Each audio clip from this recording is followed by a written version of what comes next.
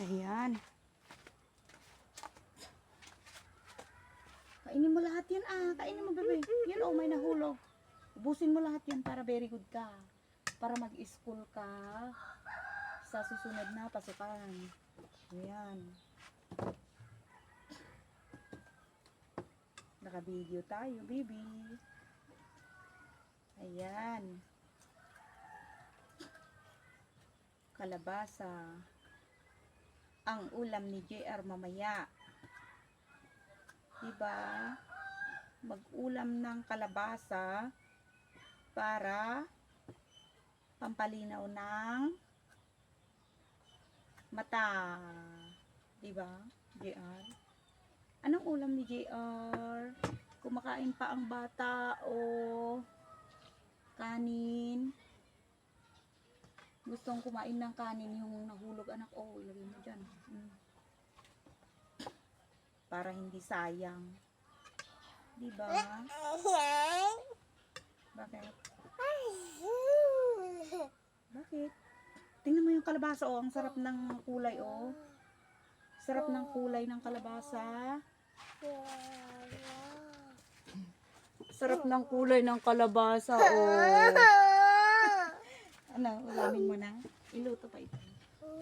Iluto pa ito, anak. Ay, am-amoy. Sige.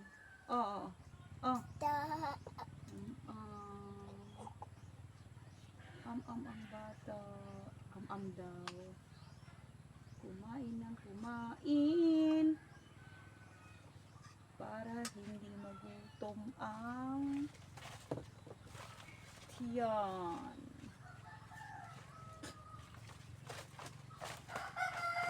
Ganito guys, kapag hapon na, malamig-lamig dito sa ilalim ng mga puno. Kaya sarap tumambay.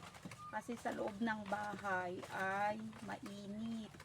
Kapag ganito na summer, talagang mainit sa loob ng bahay. Kaya mas maiging sa labas na lang. Labas ng bahay. Huwag mo ganyan yun. Masira yung tanim ni Lola. Nagalit si Lola. Tingnan mo yung chicken, Andiyan yung chicken sa likod mo. Chicken. Chicken ang ulam ni JR.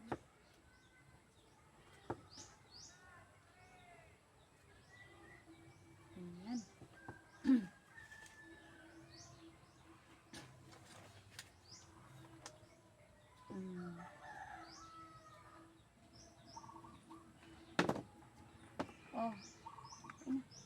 Inanak ka. Sige na, para mag-sleep ka mamaya.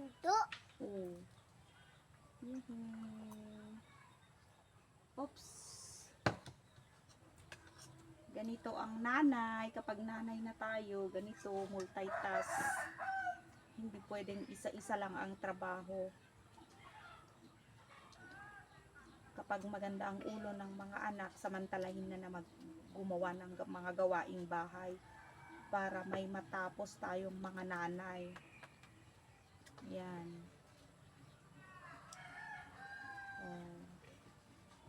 Ganyan ang diskarte ng isang nanay. Pero kapag hindi ka pa naging nanay, talagang hayahay pa ang buhay. Hayahay ang buhay talaga. Kaya sa mga single pa dyan, i-enjoy muna ang pagka-single. Kasi kapag nanay na, wala nang time na maghayahay sa buhay. Asikaso sa anak, trabaho sa bahay, mga gawaing bahay. Ayun. Kaya sa mga kabataan dyan, huwag kayong makipagkarera na mag-asawa. I-enjoy muna ang pagka-single. Ayan.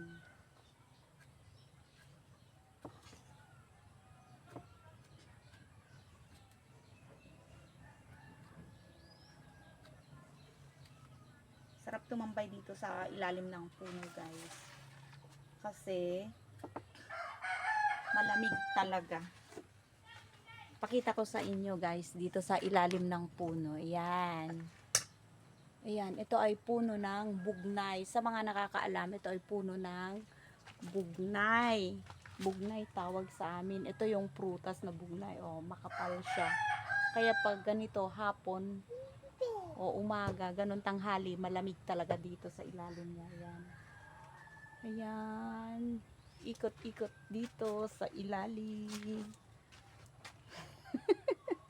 Ayan, dito sa amin. Ayan. Yung mga yung mga bunga ng mangga madami. Pakita ko sa inyo. Ayan, sa malapitan. Ayun. Meron pa kami dun sa likod. Ayan, pero hindi pa makita. Ayan.